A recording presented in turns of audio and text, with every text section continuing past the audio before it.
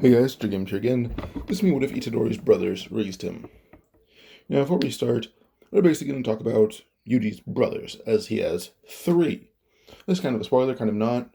But before we get into who the brothers are, we're going to get into their parents. Naruto Shikamo and, I think, unnamed woman. I don't think she's ever given a name. But Naruto Shikamo was a vessel of Kenjaku. Not the Naruto Shikamo we know from Kyoto Tech. They know the Naruto Shikamo from about 150 years ago. Probably a little bit more than that. Now, this Naruto Shikamo had basically been so-called the most evil sorcerer in history, as he and unnamed woman basically had intercourse a few times. And after those few times, 9 children came out. Or they didn't, actually. They were forced to be clothes-hangered. And after they were clothes-hangered, they were basically they were no longer living. So they ended up getting the name as basically the 9 cursed wombs. And 3 of those are our favorite characters. Or one of them is our favorite character. The other 2 are pretty cool, though. Choso, Eso, Kechizu. Choso's the oldest. I'm not sure about Eso and Kechizu, but the way I like to view it is that the 3 strongest are the oldest, Choso, the middle, Eso, the youngest, Kechizu. That's kind of how I view it. So, if that's wrong, I don't really care. I like how that sounds. The three just main spots are the strongest ones. But the remaining 6 are basically unknown. I think so. I think they're unknown. I'm gonna check that real quick, just so I don't get my information. Okay, so the first thing I'm gonna get over with is that other states don't know what happened to them. The way I put it is that basically, so Choso and Kechizu are all called special grade sorcerers or curses, as they're half human, half cursed. Like their bodies don't decay when they die; they just stay because they're partly human. But those 3 are special grade.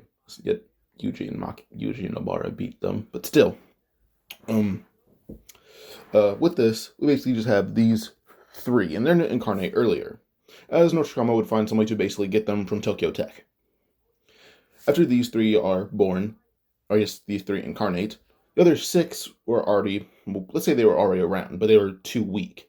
As Eso, Kechizu, and Choso are all roughly about special grade, the other 6 are roughly about semi-grade 1, grade 1. They were strong, but even if they grouped up, they couldn't take down their siblings. Maybe Kechizu, but Eso and Choso were a whole different story. They were just too strong. So with this, Kechizu was allowed to stay around because he was stronger than a lot of them, but combined they could take him down, but still wasn't worth it. So at this point, this leaves us with basically Kenjaku being in, let's say, Kaori's body. She just ran away, and everyone thinks she's dead. Everyone who knew her thinks she's dead, unless you knew Kenjaku. But she basically able to use technique to compress them down. Not compress them, kind of just fuse them together using some techniques. And that basically created one new curse. This was kind of very similar to what Geto could do, but not close. Actually, I could see this maybe being the time that Geto was kind of on his genocide streak. But in the middle of the genocide streak, he basically was able to be hired by Kaori to create this one curse. I was going to say Yuji's like 10 years old. And Geto's hired to create this combined curse, and he's okay with it. So with this Kenjaku basically more or less combined curse. It's not being strong to take down Eso or Kechizu, but it can actually equal out Kechizu. It can't take down Choso or Eso, but it can take down Kechizu, but it's going to be more like a stalemate, actually. So that Kenjaku still leaves it too weak and more or less uses it as a lackey. Because it's a lackey and Kenjaku assumes it doesn't have thought, really, it does have thought, it just does not care to speak to Kenjaku, only cares to speak to Kechizu and its other siblings. But it's basically 6 souls in one body, so it's pretty powerful just because it's soul power. Like, Mahito would not be able to use auto transfiguration on it because its soul power is just insanely high. Or soul resistance. But with this, eventually, after talking to their siblings, they'd mention, we have another sibling out there, and he's meant to be Sukuna's vessel. So with this actually makes them interested, and they go to find the sibling for retracing Kaori's steps. Till eventually they get to the countryside where they see a 10-year-old boy in the front yard with his grandpa, and they're training. They're training with certain martial art, Taido. As they're training, eventually Yuji does fall on the ground, collapsing and panting. As Wasuke goes inside, telling him, "I'm gonna go find a drink." Eventually Wasuke says, "I can't find a drink. I'm gonna go to the store." So, sorry about that. We would have Wasuke leave, and the combined curses would basically, or the combined brothers would basically walk over to, well, Yuji. He can't see them, but they can tell he has a brain of a sorcerer. It just lays dormant. And with this, they actually have an idea. as they walk over and they find Sukuna's finger after a while. And as they grab it, they actually would hide it. And as Yuji's on the ground, they actually knock him out and force feed him Sukuna's finger. Before Sukuna can take over, they actually would infiltrate Yuji's body, kind of like how Ishiki did a Jigen. But instead of going to his brain, they go to Yuji's soul. So when Sukuna tries to take over immediately, he's actually suppressed by all these by the soul, and then they're compressed down. But before this happened, the siblings actually notify Eso Kechizu what they plan to do to inhabit Yuji. Make him strong enough that he can resist father. And they're okay with that. With this, Yuji would actually stand up, a bit confused, but he's full of energy again. And in fact, he's different. At this point, he's radiating cursed energy on a high level. Point where he has Sukuna's cursed energy, or at least one finger of it, combined with 6 other grade 1 curses, and then we actually have Yuji's own cursed energy. That's already going to be pretty high just because of genetics. So, okay. At this point, Yuji does inherit the techniques of his siblings, but also there's something different about him. I'm taking a note from One Piece Theory, at least. Like, a character like Blackbeard, he has 3 souls, which means he could likely inhabit 3 devil fruits. He already has 2. Gura no Mi and Yami Yami no Mi. He has room for 1 more devil fruit. But then, I'm taking a note for Yuji. He's going to have 7 souls, as he has his siblings combined, and then he has his own. This allows him to inhabit 7 curse techniques, which honestly does not sound too insane, as Kenjaku has every technique throughout every body. Okay, so we go on to probably just probably a few months later, where it would be Yuji showing off that his new body's new power. I don't know why I said new body, but his new power. And at this point, he's basically awakened some control over actually using blood manipulation on his own, including actually using rot. His siblings had all been able to use rot and blood manipulation. So, Yuji will use it a little bit, but his grandfather can't really see his energy. As Yuji's like, "Hey, Grandpa, do you see that?" And it's just like a fly curse. And Wasuke's like, "Yuji, I don't see anything. I don't know what you're talking about." So after a while, Yuji's pretty easily able to tell that no one can see what he sees. So Yuji's kind of doing his own thing, training his own way. Wasuke noticed that Yuji had a giant physical amp, as for every brother was 1 multiplier. Point where Yuji's 7 times stronger than average at this point. It's not hard to say that at 10 years old, Yuji is probably about as strong as an average grown man, but then multiply that by 7. So using something like an average bench press, it could be like 225 pounds. Yuji's maximum bench press is jumping all the way up to about 1,300, and he's 10. So physically, he's just faster than, like, let's say the average running speed could be 12 miles an hour. Multiply that by 7. So Yuji is just a whole different kind of creature. Like, he's running hundreds of miles an hour. He's bench pressing nearly 1 ton. He's just different. So, yeah. I'm going to say, so yeah, I'm sorry. That's honestly just a speech habit I have. My habits of speech are just saying, so yeah, talking fast, and stuttering. Speech therapy isn't helpful. I'm telling you that right now. It's not. Alright, back to this. Alright, so we would basically have Yuji confronted by a few people a few months later. These few people are his brothers, Eso, Kechizu, and Choso. I'm just saying that in that order, so it's a switch between Choso, Eso, and Kechizu, or Eso, Choso, and Kechizu. Eso, Kechizu, and Choso. It's going to be random orders, I'm sorry. But those people actually confront him, and they actually ask, "Can you see Kechizu?" And he says, "Yeah, he's a curse." And he goes to actually punch it, only for his punch to be stopped. And they're like, "Hey, I have a question. Do you know what happened to you while you're this way?" And they're like, "No." Which immediately Choso just starts telling them about the story of their brothers. Which usually didn't believe. And then eventually they're like, "You really think that, like, this happens out of nowhere? Like, you think you got this wrong out of nowhere?" And he's like, "Kind of. My grandpa trained me." So Choso had to talk sense in this boy, like, I don't care if he taught you the greatest martial arts in the world. No average human who can't see curses is going to teach you to see curses. So Yuji had to get a bit of sense talking to him, and he immediately realized, like, oh yeah, you're right. So Yuji kind of got that pretty quickly. So with this, after a bit of talking, Yuji would understand about his history with Naruto Shikamo, otherwise known as Kenjaku. And Yushi's happy to know that these are his brothers. He actually does decide to introduce Choso to Wasuke, because Wasuke can see him. He can see Kechizu too. It would just be really weird, because Kechizu looks like a full curse. But when she introduces Choso to Wasuke, Wasuke's like, hey, who are you and why are you with my 10-year-old grandson? You're a grown man. Jojo says, oh, I'm another one of Kaori's children. I just had to remember Kenjaku's name for this child. And then Wasuke's like, I knew she was no good for my son. I knew it. Who says, yeah, she's a pretty bad parent. She had made, there's like 9 more of us, but most of us are dead, honestly. And he's like, wow, how did that happen? There's more of you? You're dead? And Choso's like, yeah, no, we used to live in a very dangerous place, and shit happens. So Wasuke had to sit down and process, like, I have more grandchildren. They're not mine, but I could... dead grandchildren. Wasuke had to process that for a while. Pause. Yeah, sorry, I was getting an early Christmas present, and it's a PS5 with Spider-Man 2. Day made. Probably a year. It's coming to a close, but still a year. What was I? We left off with Wasuke getting the history of Yuji of Kaori, and then eventually, after a while, they actually mentioned, like, yeah, we want to hang out with Yuji because we're moving here now. As Kenjaku doesn't have any currently moving plans. He's waiting for Geto to somehow die. If he doesn't die soon, he'll kill himself. But, while they wait for Kenjaku to get his dream body for curse technique, they actually would train Yuji, as he can show off his actually already control with blood manipulation. But the thing is, only as Kenjaku really trained Yuji, Choso's doing something else, which is actually gathering techniques. As he had to use some connections and lies to get into the Kamo Clan compound. So he would basically grab scrolls on techniques such as Black Flash, Hollow Wicker Basket, and the same thing with the Zenin clan, but because they're so classist and don't really care about who you are as long as they don't really care who you are if you're low ranking. So able to play off that he's low ranking pretty easily. All he has to do is act miserable, and no one's gonna question a thing.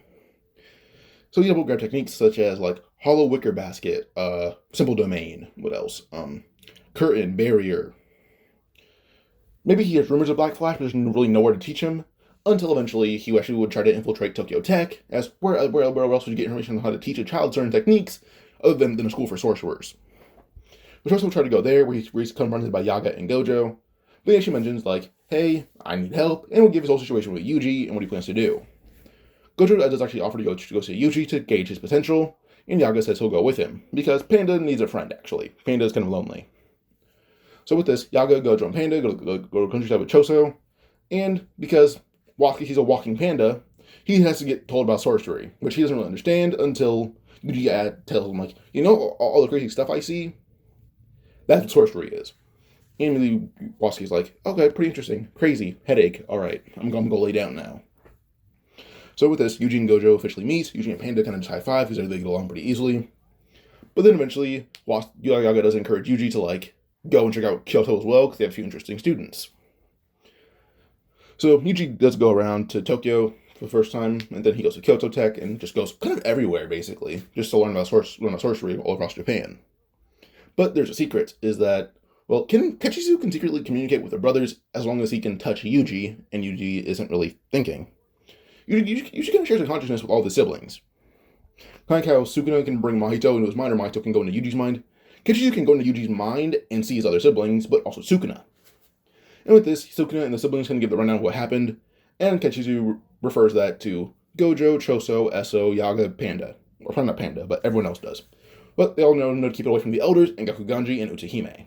You should know, Utahime is pretty trustworthy. It's not Meimei, because she'd probably snitch, because money, but yeah. With everyone's aware that Yuji is currently Sukuna's vessel, and 7 or 6 curses are restraining him right now. Simply because one finger is not really enough to restrict how strong their soul is. So, yeah. But then eventually it goes on to more or less just a few years passing, until Geto dies, and Kenjaku take his body. So at this point, it's been a few years, and Gojo had actually brought around Megumi to see Yuji, as he's teaching, at this point, Yuji's learned rot and blood manipulation. I'm going to struggle saying manipulation a lot, because stuttering, and I'm trying not to stutter over the word manipulation. That was probably the cleanest way I've ever said that word a day in my life. There. Best. I've recorded this 5 times. That's the cleanest way I've gotten out the word manipulate. Ah, fuck. Shit. Mood ruined. Alright. Back to whatever I was saying. Yuji would basically be trained by siblings for a few years There's about 4 actually, kind of 4.5 until Geto dies. Then his body is taken. Then once Kenjaku gets an understanding of how to use Kenjaku understands how to use curse manipulation, he would basically tell Choso as Kejitsu, hey, get over here, you're kind of with me now. But you can tell there's a change in them. But the thing is, Choso's better at hiding, considering the fact that he's a bit more advanced than the siblings. Kejitsu's a bit weird, so is Eso. So pretty quickly, Kenjaku would basically just beat down Eso and Kejitsu, then absorb them into Maximum Uzumaki, but then actually recreate them. Basically kind of just spitting them back out with the same memories and everything, but no connections. So they're Eso and Kejitsu, but mentally changed. Like, they don't listen to Choso as often, they listen to Kenjaku more. Kenjaku would fight Choso, but honestly, Choso seems a bit different. He's learned more techniques. He's different. And recently, Kenjaku heard of him infiltrating the Kamo compound, so he doesn't know what else he learned. But the thing is, Yuji and Choso have both learned every technique, such as flowing red scale stack, crimson binding, slicing exorcism, convergence, piercing blood, supernova, blood edge, blood meteorite. Yuji and Choso even have a maximum technique for blood manipulation. If you want to say it's flowing red scale stack, I disagree. That's a very shitty max, so I'm making my own. So, yeah, they even have, like, an incomplete domain. They've just been trained with blood manipulation with each other for almost a year, and they're pretty damn good at it. So, yeah. Then you can also use the one rot technique that we know of. There's, like, only one technique, I think. Yeah, it's just Decay and Wing King. So, yeah, and Wing King's maximum, which Yuji also has. So Yuji has 2 maximum techniques. Also, at this point, Yuji's also learning to use Sukuna's slicing or he's learning how to use Sukuna's cleave and dismantle techniques. So currently he has 4 techniques. He has 3 more slots for abilities. And honestly, I'm not sure I'm going to go with him real quick. I'm going to get some ideas real quick. Okay, I wrote down techniques that Yuji will copy in the future, but not right now. Well, currently he has cleave and dismantle, but yeah. Actually, there's one technique he can likely use right now, because he's been to Kyoto and Tokyo back and forth to see if his opinion has changed at all. By the time that he's like 14 and a half and Choso Eso Kejitsu quit visiting him, currently he's best friends with Aoi Todo, and he's introduced Choso to him as Choso still has free thought and roams around from time to time. So with this, Choso and Todo and Yuji are kind of just like a trio at this point, as Eso Kejitsu don't really hang around with Choso anymore. But Yuji actually copied Boogie Woogie from Todo. You guys are wondering why I'm letting Yuji copy techniques like he's Yuta. I'm letting him basically hold on to them because he has 7 souls, and I don't know where else to go aside from amps and extra abilities. And Cursed Energy, but still. In terms of how hard Yuji trains in his Cursed Energy levels, he's very close to how much Cursed Energy Yuta has, shockingly. So, yeah. But currently he copied Boogie Woogie from Todo. That's something he has right now. So, blood manipulation, rot, cleave, dismantle, and Boogie Woogie. Those are the 5 techniques you can use currently. So, after that, we go on to when Yuji's about 15, and Wasuke does die of illness. Only people who attend the funeral are just Yaga, Gojo, Panda, Choso, and Yuji. It's not really a funeral, it's kind of just a mourning or a viewing.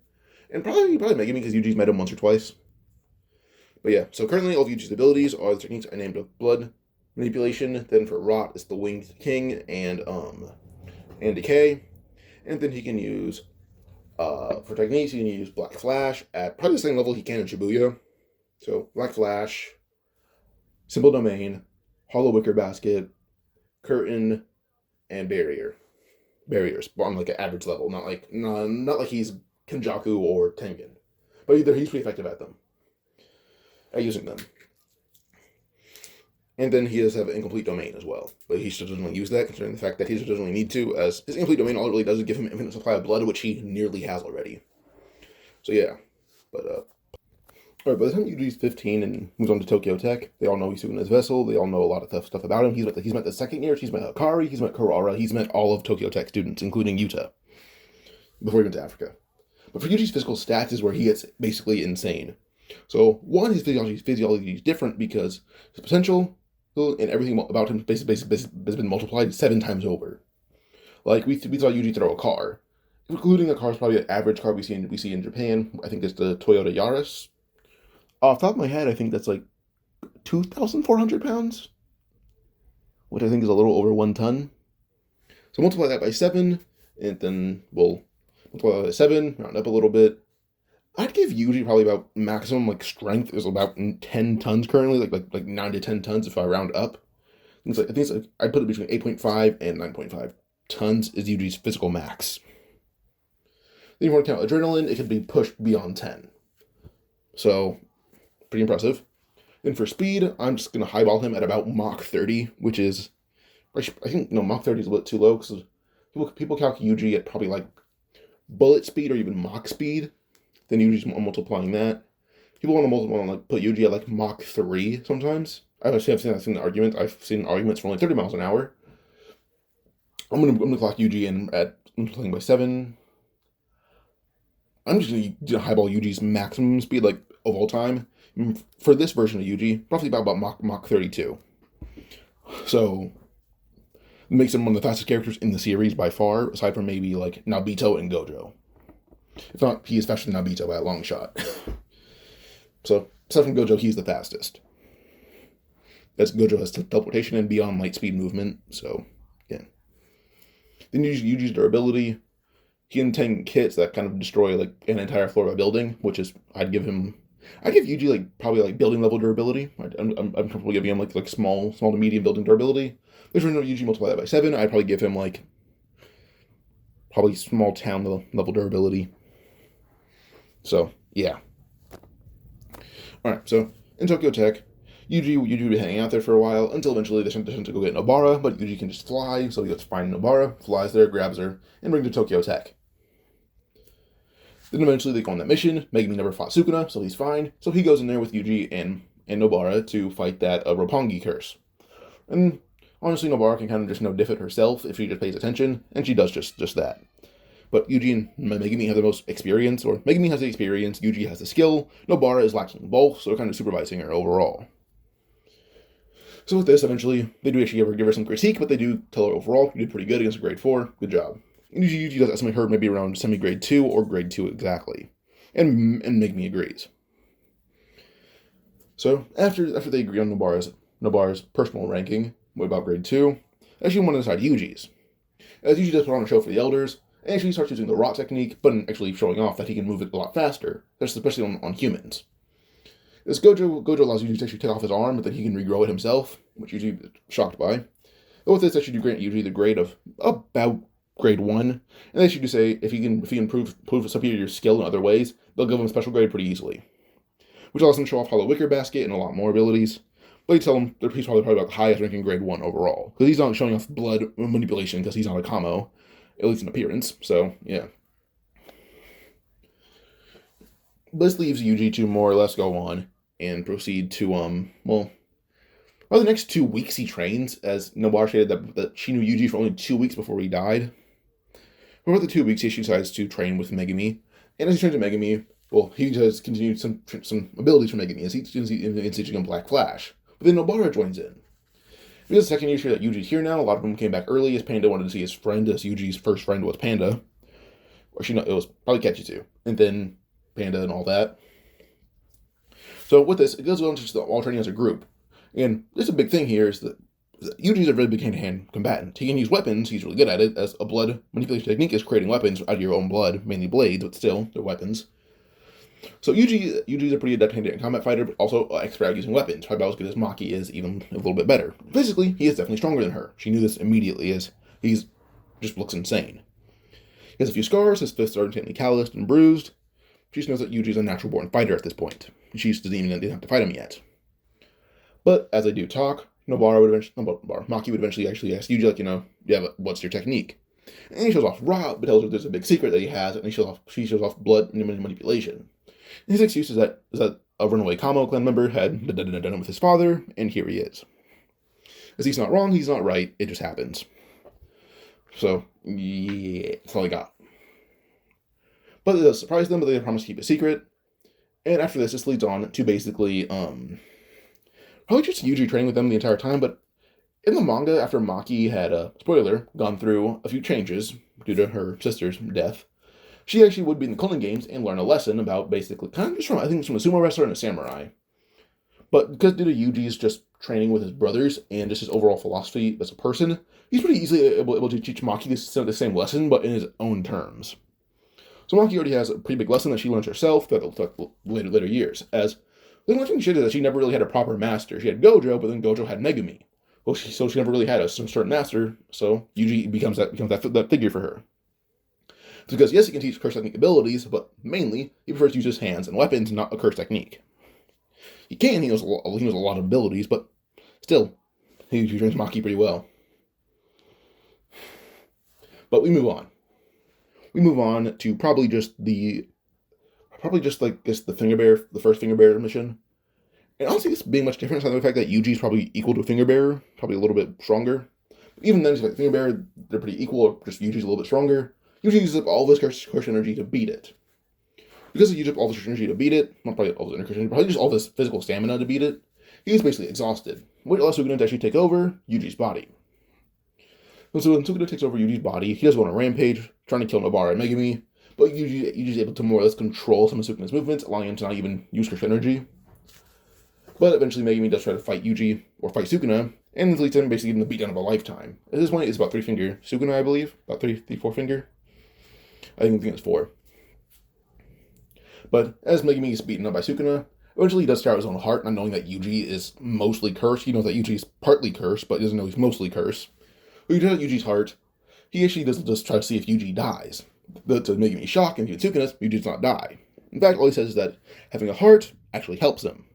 Yes, it helps most humans, but Yuji says the reason it helps him is because it helps him regulate where his blood could go for a certain technique. All it really does is organize his blood flow. Other than that, he doesn't really need a heart. In fact, he can live without one, but it's just more useful for blood manipulation, which shocked them both. Well, shocked Sukuna and Megumi. But Yuji put using his heart back in, and using his advanced blood manipulation, just reattach his heart. So with this, his chest would eventually be enclosing slowly, but all he does is he just kind of bite off like a nail, and then just flow curse energy, making pretty bad stitches, but it works. This is a technique that Yuji had been using whenever he fought Eso, Keshizu, or Choso for the short amount of time that Choso trained him. But after this, we move on. I thought that was really close. Something's on my floor, grabbing it. So we move on to probably just the Kyoto Goodwill event and prepping for that for I think a few days, maybe even a week or two. Actually, no, not that. It'd be Nanami. So when it comes to Nanami, Yuji does actually get an option to go train with someone else, as Goodwill had introduced Yuji to Nanami, saying that, Yuji's the only student who can use Black Flash almost as well as Nanami can. In fact, Yuji can use it better than he can. But with this, Yuji actually says, he would like to bring Nobara. And Gojo asks about Megumi, but Yuji simply tells him, tells Gojo that he can sense Megumi's potential, and so far, he's the only sorcerer he's sensed with potential for a domain. Aside from Toto, actually. And Gojo hears this, he's like, Toto and Megumi. I'll contact Yuki, and I'll grab Megumi. So, Gojo does as he said, as he contacts Yuki for Toto, and then Gojo himself goes to grab Megumi, focusing on actually training him with a domain. Yuji himself already has an incomplete domain, like I said before. And Gojo just trusts Yuji's opinion. He's a pretty smart kid. Well, he's still Yuji, but his brain capacity is expanded by 7 times, so his thought is a lot more all over the place. But still, we're gonna move on. We're kind of move back a little bit, pushing forward. Still, Yuji does actually get Nobara to come with him and Nanami, and she thinks of Nanami kind of attractive. So because of that, she does train with Yuji and Nanami. And there's one where she begins picking up Black Flash, but also Simple Domain. So, as they train, Yuji does also think about other members of Tokyo Tech, and he mentions Kusakabe. And Nanami mentions he's probably the only member of Tokyo Tech, aside from Yaga, that he actually respects. As he does admit that Gojo's powerful, and he does respect his power, he just doesn't respect Gojo as a person. Which does make Yuji laugh a little bit, as he says he can feel kind of the same way. Gojo doesn't really seem too responsible, and that's something he likes. His brother's kind of instilled that in him. But Gojo's a pretty good teacher, so he'll give him that. So, Nobara, Yuji, and Nanami all proceed to train and then fight curses together. As Nanami can know that Yuji's a pretty calm kid, so. But eventually he goes on to the whole Junpei thing, and this one I'm going to do a little shit that I saw because I was on Pinterest when I saw it. It was Nobara x Junpei. As some of the comments on that post had basically mentioned, like dominant woman x submissive boy, and I found that kind of funny. Because Junpei against someone so brash like Nobara, I found it hilarious. And her whole thing is that she's strong but so girly. I think Junpei is the only person she wouldn't be girly for. It'd be kind of funny to her. So this ship is where I'm going with it. So Nobara asks Junpei to come to the entire ship of this video, and eventually Junpei's mom still does die, and then Junpei tries to go all school cursor, not SHOOTER. So this time it's just cursor. Yuji and Nobara and Nanami, or probably just Yuji and Nobara first arrive. Okay. So with this, it goes on to basically Junpei trying to be a school cursor, but Yuji and Nobara arrive. But the thing is, Kenjaku's aware of how strong Yuji is Yuji had basically fought a finger bearer, killed it, Sukuna came out, but then Yuji had been able to restrict some of Sukuna's power, or curse, I think, at least. So there she sent a ton of curses with Mahito, and those tons of curses, plus transfigured humans, begin fighting Yuji and trying to kill the students. So Yuji is trying to do damage control and save lives. So while he does this, Nobara is trying to fight Mahito and save Junpei. Or first fight Junpei, he agrees to stop fighting her, then tries to fight Mahito. And this time when Mahito tries to actually use, tries to transfigure Junpei, Yuji, due to him being able to create curse energy and moving beyond beyond every sorcerer except for Gojo, he's actually able to save Junpei by putting himself in the way of Idle Transfiguration. Immediately, the moment that Mahito would touch Yuji, he's confronted by 7 souls. 8 counting Yuji. So when these 8 souls come from Mahito, they're basically in a domain. Not, I guess, in a mindscape. We have Yuji's, which is honestly just kind of an arena while Yuji's wearing a gi, Sukuna's sitting on a throne of skulls. Then Yuji's siblings all split apart in a river of blood. Immediately Mahito begins backing up, only for Yuji to just smirk and say, "This is just what I needed." And Mahito will feel a rush of power, as out of fear, he would activate a domain, but at the same time, Yuji activates his. So their domains are both insanely fast, but Yuji is more durable, as he has experience trying to activate a domain. So the domain activates a domain clash that Yuji wins. Due to them basically being in Yuji's mind a lot, because Mahito is kind of doing this unconsciously, so is Yuji. Like Mahito's mouth switch opened and then hands, while then Yuji's eyes just being leaking blood, same for his mouth, and then domain. And they're both kind of staring at each other emptily in Yuji's domain at this point, but then Yuji's siblings, Sukuna, and Yuji himself begin jumping Mahito in his mindscape. As Mahito started talking crazy to Sukuna, Yuji and his siblings get on Sukuna, just like me personally, I couldn't take that. You know, he's kind of doing that Sukuna, and he knows what they're doing, but he's like, they're right, this is kind of just a lowly curse, wow, why am I taking that? So Sukuna begins basically wailing on Mahito using his bare hands, sent for Yuji's siblings, and Yuji himself. But eventually the domain falls, Mahito would run away as fast as possible, and Yuji just shows pity on him, which actually annoys Mahito. He'd prefer to be killed than have this much pity shown on him, but now he has PTSD from Yuji. But Yuji himself would proceed to just talk to Nobara and Junpei, or try to, only for Nobara to proceed to bonk Junpei on the head over and over again, even using Black Flash once. So yeah, so Nanami arrives. She's to handle some more transfigured humans that Mahito had used to get away from Nanami now, which he pretty easily kills. But he's like, what's what happened here? Yuji talks about he opened his domain for the first time, and Nanami kind of just smiles as she high fives Yuji. And he tells Yuji, finally a strong sorcerer who can go all out and has a respectable personality. And he tells Nobara he expects her to be next. And she kind of just smiles, trying to live up to her teacher's expectations. But she does grab Junpei by the ear, telling him, "We're going to see Principal Yaga." Now, Yaga just mentioned that Junpei's a bit too old to actually be a grade 3, not grade 3, a third year. So yeah, she does tell Junpei, "You'll be my assistant, you'll be my intern. But you'll be mainly training under Kusakabe and me." So he's Yaga's assistant, and then he's Yaga's intern, and then he's trained by Yaga and Kusakabe. Okay. Kyoto Goodwill event now. So before the Kyoto Goodwill event, probably about a week, and all other sources have been training together. Benefits, I'm going to go over certain characters. Junpei would not be participating, he'd be spectating, but he'd be also more like an announcer. But Junpei does have a few amps from this. And Yuji gained a 6th curse technique, being ratio.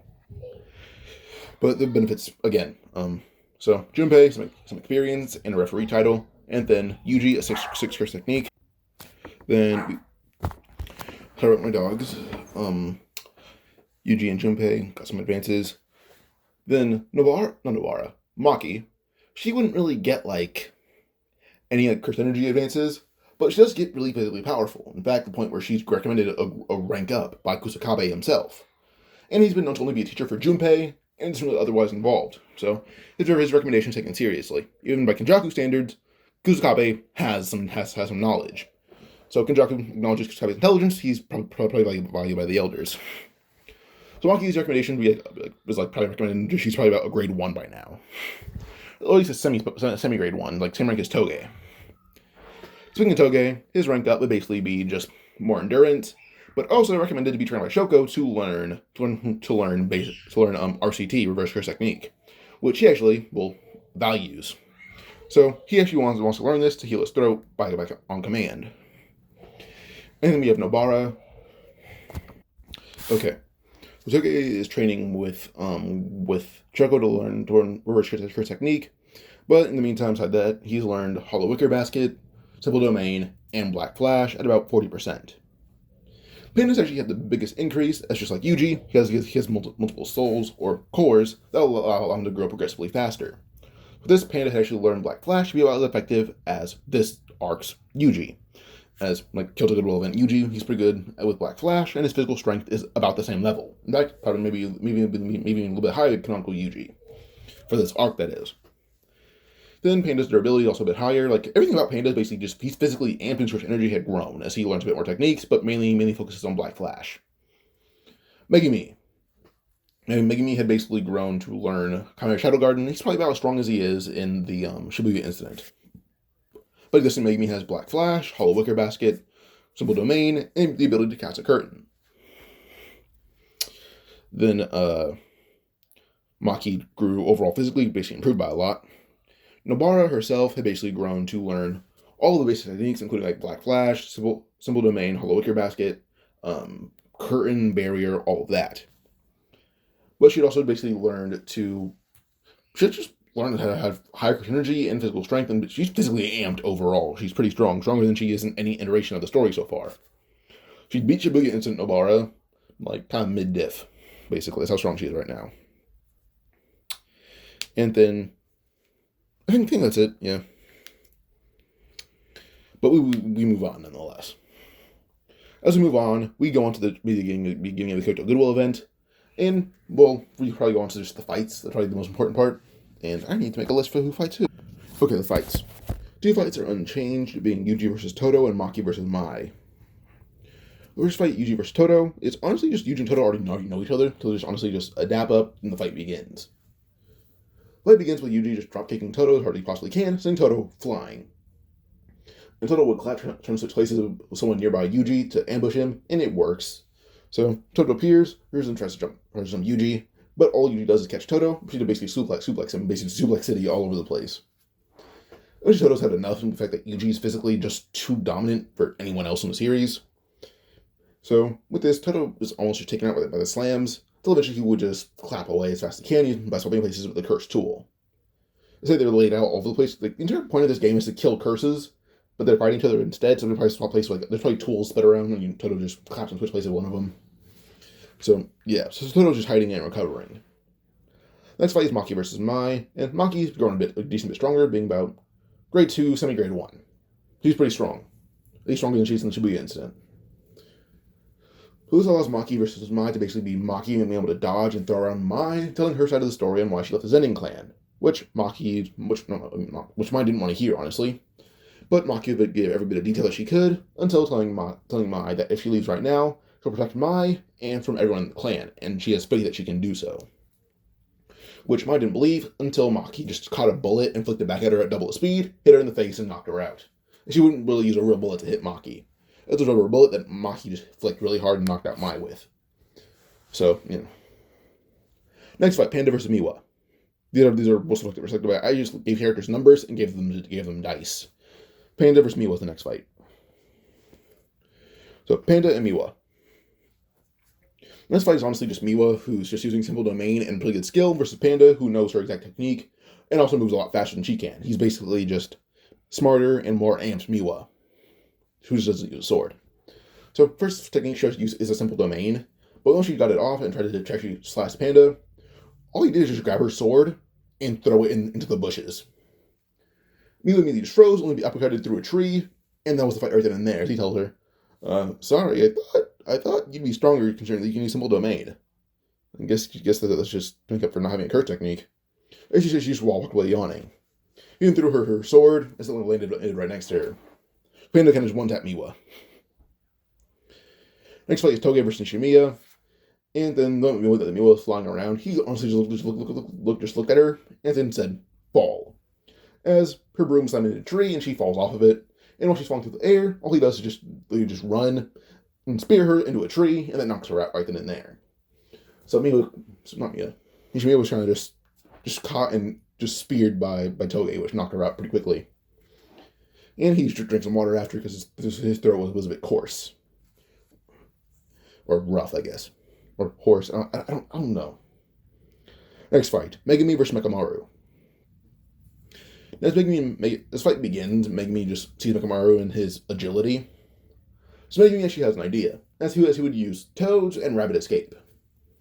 These Toads and Rabbit Escape basically causing a diversion. The Toads take high ground, and the Rabbits take mid ground, making himself on low ground. Mekamaru pretty easily got this, and he's going to make me want to go hand to hand. So he agreed, going in for a punch, only to be grabbed by the Toads, making me activate Chimera Shadow Garden, which immediately leads to more and more rabbits jumping out, proceeding to jump Mekamaru. Then Mekamaru would then try to basically just use blasts, but the Toads and shoot Mekamaru's hands into the shadows, leading to more Toad tracking around him, until Megumi would use Max Elephant to basically just stomp on Mekamaru's body, crushing it. So the Toads, the Rabbits, and the Elephant defeated Mekamaru pretty easily, actually, simply because they were able to use shadows to absorb the attacks. So Mekamaru was honestly just stuck and lost. That's all it was. The next fight, Nobara versus Noritoshi. Now this fight is more or less just a battle of weapons, and Nobara can actually is used to seeing blood manipulation users.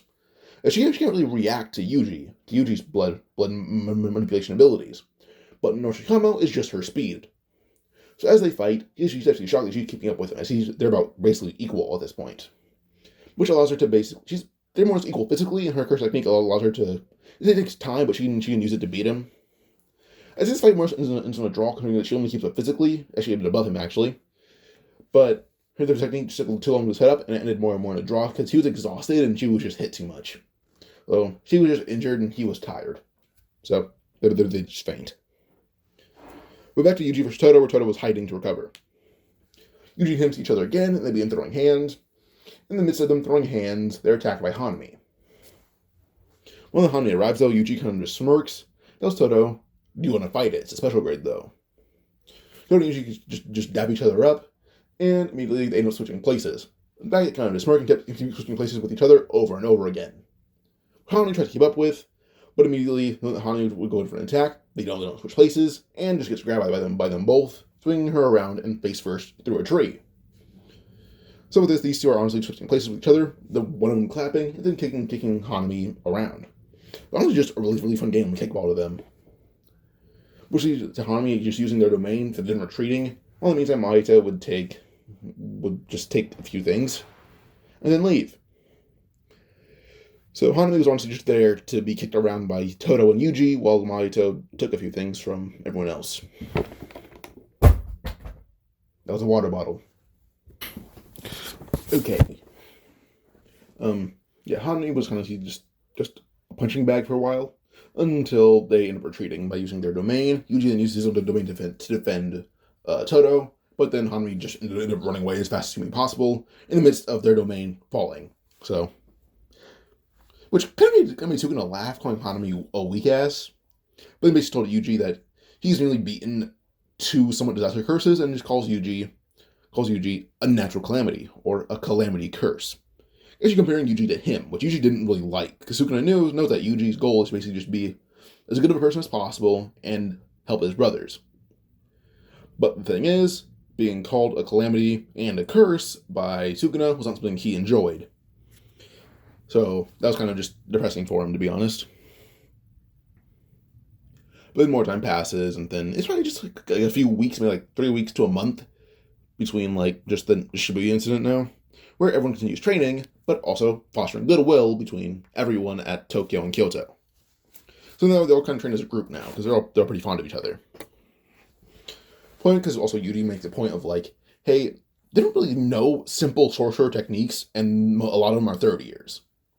So that's just the main argument, that they don't know basic sorcerer techniques in their third years, which isn't great.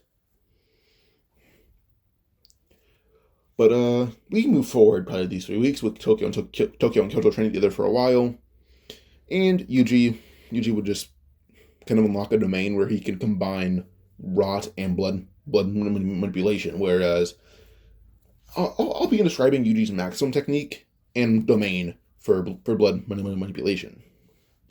Now, his maximum for blood manipulation is called Blood Dharma, which is just kind of a wheel of blood. I can use every technique of blood manipulation from Crimson Binding to even Blood Meteorite. But one technique it cannot use is Flowing Red Scale, but what it can do is basically converts itself into more or less kind of looks like an exoskeleton, then it attaches itself to the user of Blood Dharma, and it can basically just enhance their power 10 times over. So it's just basically an insane amplifier. Then the user can also attach it to someone else, but only for a limited time before they've used up too much energy, as it does increase their energy output. So that's the only thing it doesn't increase is the durability. So the only thing it doesn't do is increase durability. Then the domain is called Polycythe Falls. It's kind of a play on like a blood disease. But the abilities of Polycythe Falls are basically that it can replenish your blood and heal your injuries, kind of like RCT, but it cannot heal others, and it cannot restore limbs. But basically, like, all it can do is, like, it can restore pretty big cuts and gashes, but it cannot restore, like, your arm unless you, like, put your arm, unless you're like Yuji, where you basically have such control of your body, where you can put your arm back on, and then blood can just form around it for after, like, a minute or two. Like, Yuji doesn't have RCT, he just has a really good healing factor. So, it helps still. There's no drawback of running out of blood, and only people who actually benefit this domain are blood manipulation users. Like Yuji, Noritoshi, and Choso, they'd be good in this domain. Then, the ground is basically flooded with blood, like Chimera Shadow Garden, and the blood can be infinitely used, as it runs on uncursed energy, not blood. But I forget the description of the domain is basically just a gigantic lake with a waterfall made of blood, and the lake itself is also made of blood. And it's about 8 feet of just bloody water below your feet. And if you don't have Christian energy on your feet, you're just gonna fall into the blood and just drown. So that's not great. But also, if you have a big enough area of effect damage, you can basically just blow like a giant hole through the water or through the blood and fall through it. It's 8 feet. So he only uses the domain in the air, or at least while he's like mid-air combat. So yeah. But also, if your area effect is too much and you're like in a building, you will fall through multiple floors, because you can destroy the water or the blood in the domain, but also fall through the floor that you are on. So it's not great. So, but still a lot of water. I mean, blood. I don't know why I keep saying water. Probably because the technique is falls, and I think of waterfalls. Blood and water are kind of just confusing for me for this part.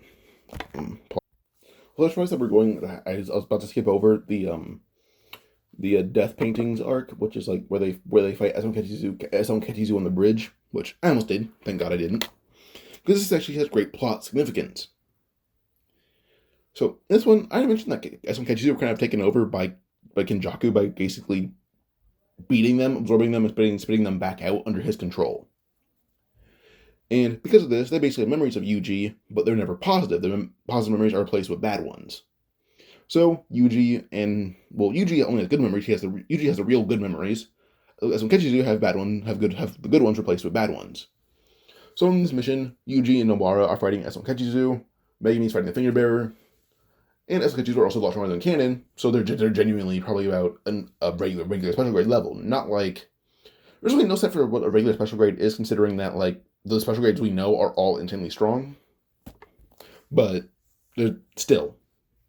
By the way, Yuji's now special grade sorcerer, so. But still, the fight goes on. Begins, I mean. As the fight does start, Yuji and Kechizu are fighting, and Yuji tells Nobara who he is truly. And he kind of explains his history and all that, and why he is the way that he is. And she is very surprised, but happy that he finally trusts her with this information. And halfway through the fight, Yuji does begin to use ratio and combining it with blood edge, where you can basically create a blade made of blood. And basically begins mimicking Nanami, and he's doing really well at it. But eventually, Esso calls Yuji's techniques a cheap copy of him and Choso, which basically does hurt Yuji's feelings, considering like they were his teachers, and they thought he was better or just as good as them, not that he was just copying them. So they're kind of getting in Yuji's head. But eventually Esso does place decay on Yuji, but at the same time, Yuji places decay on him and tells him he's sorry. Suddenly, he begins accelerating the decay from hours to minutes to nearly 50 seconds by using blood manipulation and a superior level of cursed energy and cursed energy control. Yuji tears up as he does watch his brother decay in front of him. Then he falls to his knees as Nobara has to use the straw dog technique to kill Kechizu. Yuji will clutch both his brothers as they die, as they don't go away, but Esso is just decaying and Kechizu is more cursed, so he might go away. Well, otherwise, say they're both just going away slowly. And Yuji cries, holding them, and his tears bring back their memories, and it sparks something in Choso, where he gets their point of view. He uses Yuji's, Esso, and Kechizu's point of view. All he does is just basically bawl his eyes out as he feels what happened to his brothers. But then he feels Yuji's immense pain, and he feels Sukuna mocking Yuji. Well, Yuji's getting intense emotion because 6 other people plus himself are just bawling their eyes out. So Yuji's basically weeping like a symphony of sad children. As Noir does actually hear Yuji's voice is distorting into 7 separate cries of just depression. All Noir does is just rub Yuji's head, tell him she's gonna go find Megumi, and she's sorry for his loss, as she doesn't know how to comfort him. But she goes down to find Megumi, who had already beaten the finger bearer, and is just holding on to one of Sukuna's fingers. But eventually, when they get to the bridge, they realize that Yuji isn't there anymore. And suddenly from behind, Megumi is grabbed by Sukuna, who taking over Yuji's body. Okay, back on topic. This fucking dog. Oh my god. She was good for like 10 minutes, and she barks right as I start recording again. Alright. Yeah, Sukuna basically took over Yuji's body in the midst of him having a mental breakdown and him basically entering his mind to get comfort from his siblings. Instead of Yuji basically being vacant in his own body, Sukuna would take over, which Yuji didn't intend for, but also it was his fault. The Megumi trapped from behind proceeded to basically be slammed into the giant just rocks in front of him, and just gets beat on by Sukuna. Sounds kind of weird, but still. After Megumi's just beat into a pulp, oh my fucking... Okay, sorry about that. Yuji would basically Sukuna would basically just destroy Megumi. Then he plans on hitting Nobara.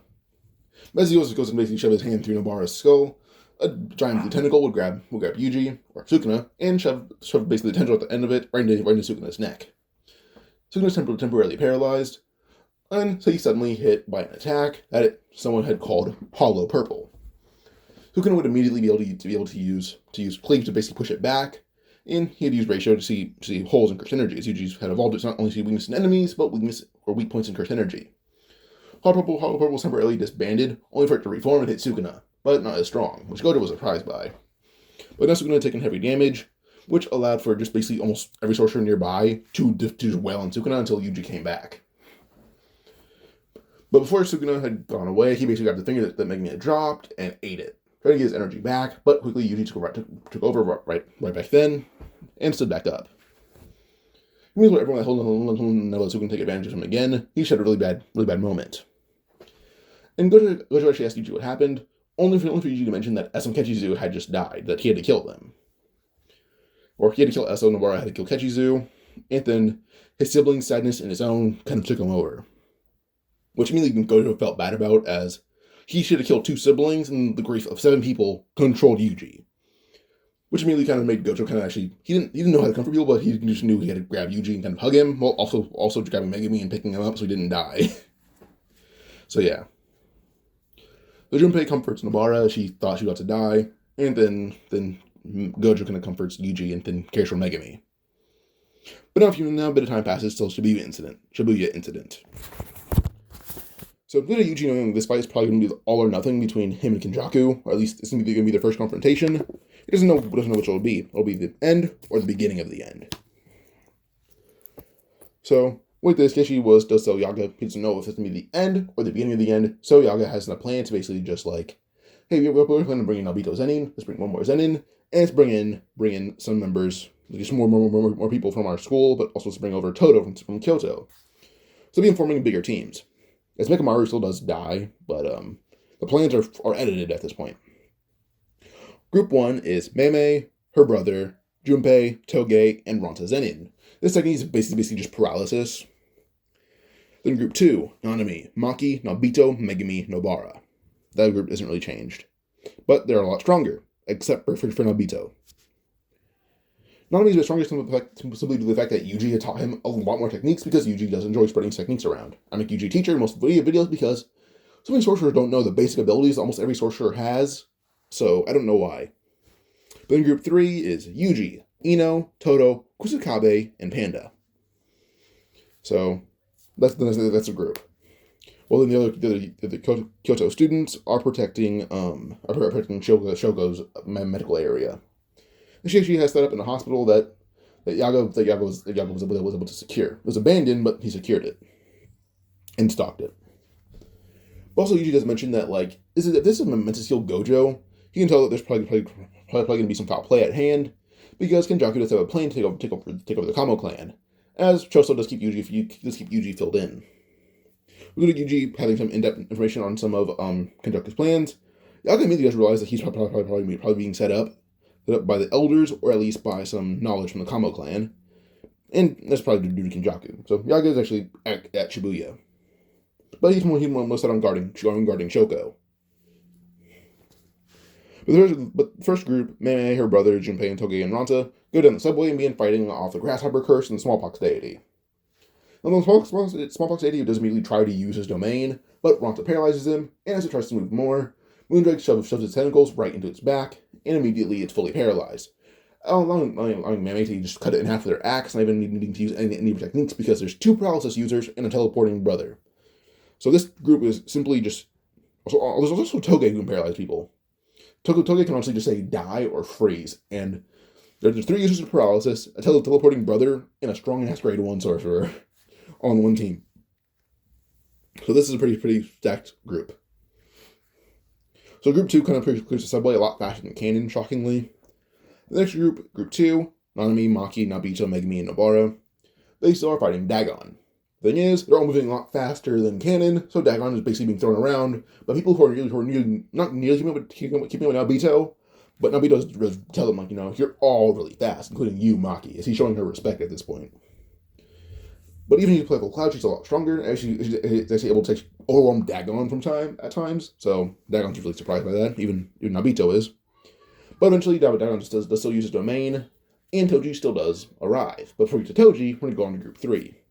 Yuji, Ino, Todo, Kusakabe, and Panda. This time when they arrived to see Granny and her grandsons, Granny hadn't even performed the seance yet, and Awasaka would attack them. But Yuji says that he can go handle Awasaka, and Todo says he'll go with him. So these 2 chase after Awasaka as Yuji flies off, and Yuji grabbed Todo and flew off with him. So Ino, Kusakabe, and Panda are left to fight Granny, who had summoned, or used seanced, on her grandson to summon Toji. Now, they're able to fight Toji and do some... But they'll get a scratch off on him, that's about it. But just mention that Kusakabe is probably the strongest of them all, considering the fact that he has the most skill and can use it the best. So he beats them all, doesn't really kill them, but he leaves. In the meantime, Yuji and Todo find Awasaka, and before that, they have Megumi with them. And Megumi and Yuji pretty easily deduce that this guy's technique... Before they even say inverse, Todo says, hit him softly, and he'll die. And he looks at Yuji when he says that, and yeah, that's inverse. You got that quickly? And he says, yeah, I kind of realized the moment I punched him in the face and he didn't die. I use Black Flash in everything. His head should be off his shoulders. That's the only conclusion there is. And maybe Yuji is the only person who can really survive that is me or Gojo-sensei. Maybe Yuta and Maki, but we're not sure. But particularly not a random sorcerer. So, good point. So Yuji immediately we actually use Black Flash. But the one that he appears in front of Awasaka, it's just a simple flick to the face.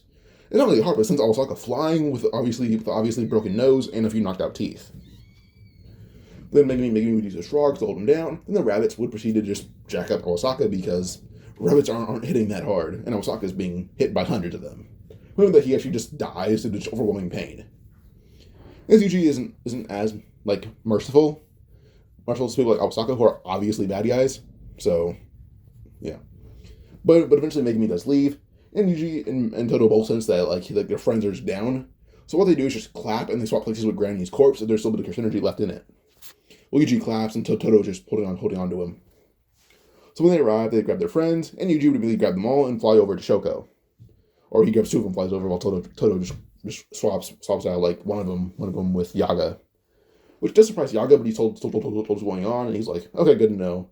Now somebody back with Yuji. And Todo just does as told. So Yaga gets some briefing on the information.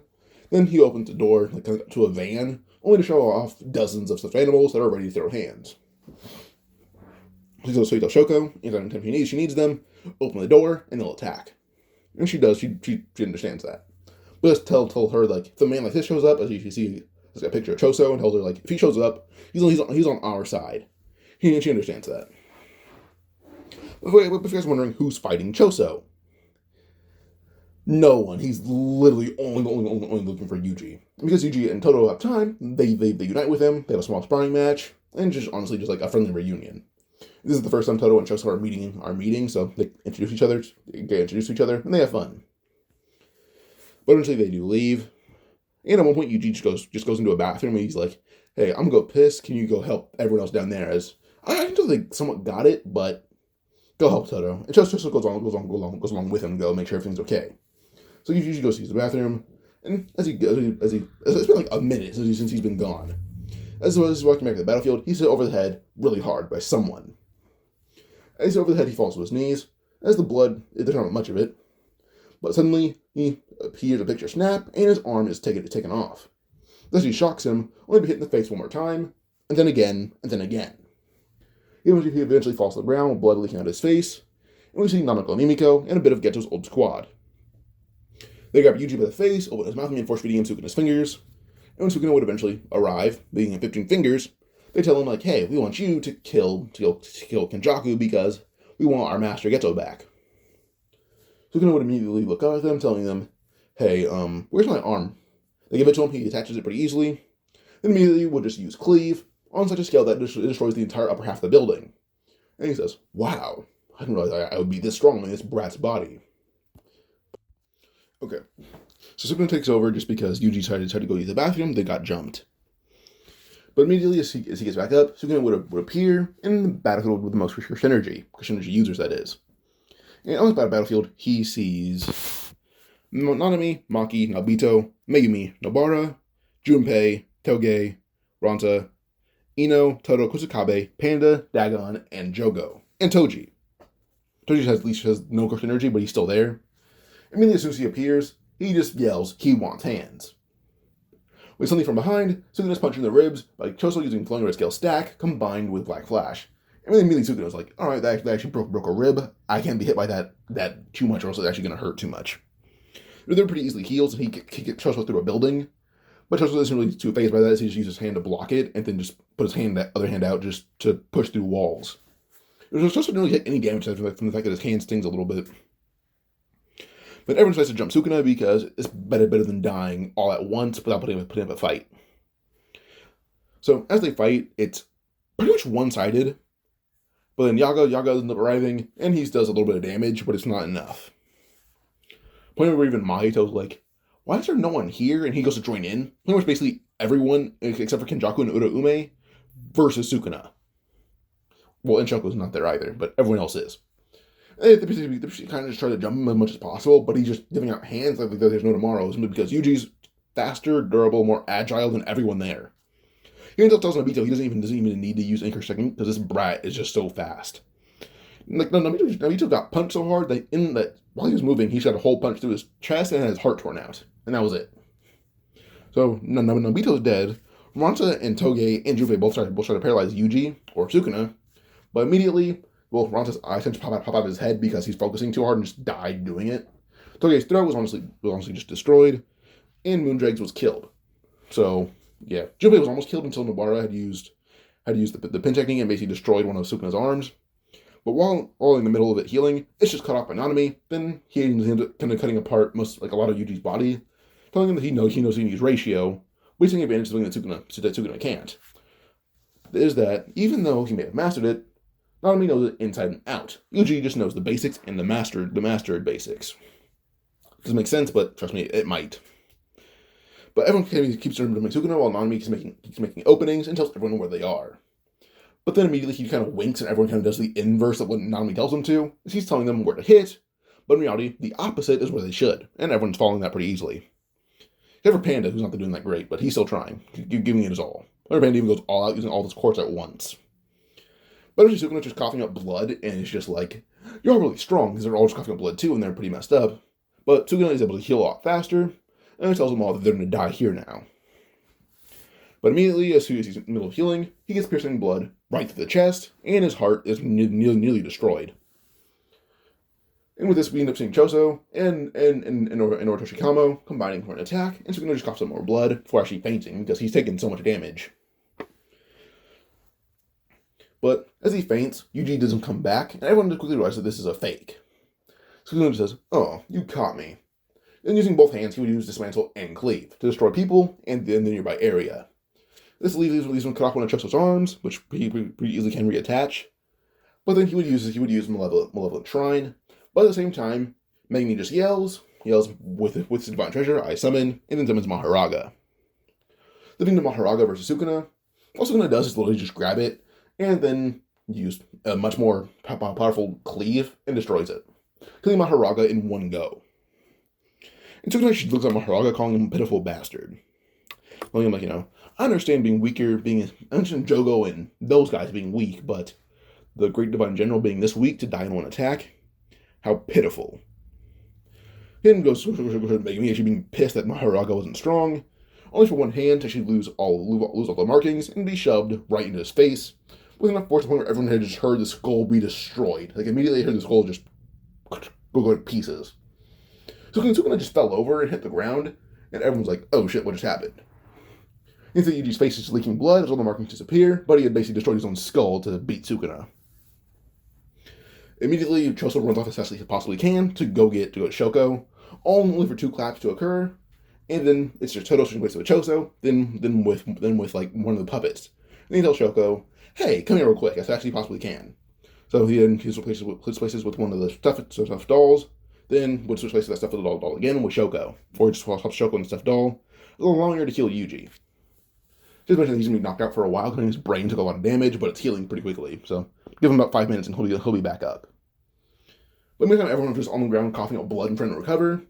Jogo himself is honestly just on the verge of death, and Mahito is just hiding behind Jogo's nearly dead body. But suddenly, we see Junpei towering over Mahito, and then with the quick black flash, just shoves his hand through Junpei and Jogo's body, killing Jogo actually, but Mahito coughs up blood. He lets her try to transfigure Junpei, only for his soul to be genuinely on fire and too strong, as he threatens to beat Mahito to death. And Mahito being terrified already, because Sukuna and Yuji are both around right now. He's just too scared to fight back against Junpei, so it's just Junpei willing on him as much as he possibly can. But then Nanami and Nobara join in and kill Junpei. Not Junpei. Kill Mahito. I'm sorry. Yeah, Mahito's killed by Junpei, Nobara, and Nanami. So, and Jogo was kind of just killed in the crossfire of Junpei and Mahito. Dagon's also dead. He died against Toji. But even Toji's kind of like, I'm not fighting someone like that ever again. I'm done. Point where he wants to kill himself, but immediately Yaga stops him and tells him. So Yaga was Toji from killing himself and just encourages Toji, go talk to your son, and he does so. But ones who had died in this fight are Mahito, Jogo, Dagon, Ranta, Nobito, and I can see that Panda had like 2 cores destroyed in his body trying to fight Sukuna, and Nanami just lost his dominant arm. That was it. So yeah, that's kind of the fight right there. Just few casualties, pretty grievous injuries. So deaths and grievous injuries. That's all it was. But no one really important died, honestly, shockingly. But Kenjaku would arrive, and no one had no some amendments to their recovery, where he had basically absorbed Mahito's nearly decayed corpse. So they noticed this when he was leaving, and Choso called him out, but he just simply told Choso, fuck off, and then he left. So, Shibuya incident was honestly just everyone versus Sukuna, and that's what it was most of the time. So, but soon as Sukuna took on everyone, only reason he lost is because Yuji had the strength to just pull himself together and knock himself out. And Sukuna is like in Yuji's landscape holding his face, and it's just like, that shit hurt like hell. As he's just trying to just push his face back together as it crumbles. It crumbled. At least the skull structure did. But, still. But you want probably just the end of the arc, where Kenjaku kind of got what he wanted, and there's not really much conflict to the fact that Yuji, no really important died. But Toji does talk to Megumi. Megumi's pretty shocked. And then Toji goes to see his daughter and then hang out with the son. But then Toji kind of mentioned, like, hey, the entire point of this is that, like, you're now like the heir to the Zenin family. All you have to do is go and prove it. So Yuji, Maki, Mai, and Toji, Megumi, Maki, Mai, and Toji go and confront the Zenin clan. And while they do that, immediately, they all get ready for a fight because they see Toji, but he proves to the point that Megumi is the heir to the Zenin clan, which irritates Naoya. By the way, when Yuta and Naoya both got to Shibuya, everyone had already left, so there's no point in that. So Naoya's pretty pissed off and goes to actually attack Megumi, only for Maki to intervene and punch him away with Toji's help. Toji and Maki just manhandle him and Naoya, almost killing him. And the rest of the Zenin clan kind of have to submit. Even Ogi's kind of just pissed off. And he does try to express his opinion. Mai declares her independence by shooting him right in the dominant hand, destroying it immediately, making it basically useless at this point. So with this, he basically just kind of rendered incapacitated, and pretty quickly the Zenin clan does notice great changes, as everyone is now getting equal respect, which they didn't like at first until they realized how happy everyone was. Morale and everything was a lot higher in the Zenin clan with Megumi in charge, simply because he didn't believe in what they were preaching. He's the heir. Toji and Maki or he's the leader. Toji and Maki are his advisors, and Mai is kind of just there in the higher ups. When it comes to Kamo clan, Kenjaku had taken over, but pretty quickly Yuji and Noritoshi were able to pull away some stragglers, and they see restarting the Zenin clan, or at least focus on doing not Zenin clan, the Kamo clan by themselves. So yeah, they kind of just going to do their own thing with a few women. Then Maki and Yuji kind of have their own thing going on, where everyone kind of feels this tension. So they're going to focus on that later. But now onto basically fighting Hikari. The person who finds Hikari is Toji and Yuji. When they find him, Hikari does go in for a fight with Kirara and stuff, but Kirara is pretty easily beaten by Toji, and Yuji just one-shots Hikari. There's really no need for that. All he really does is just flowing red scale stack, and Black Flash combined with his already insane physical prowess, and then that knocks out Hikari. So that was the end of the fight right then and there. It's just in one shot. But before we get to the culling games, I'm going to pause this part here. Hope you guys enjoyed, and give me who you want to fight in the culling games. Just tell me who you want to fight in these culling games, and I'll see if I can do it. Alright, adios.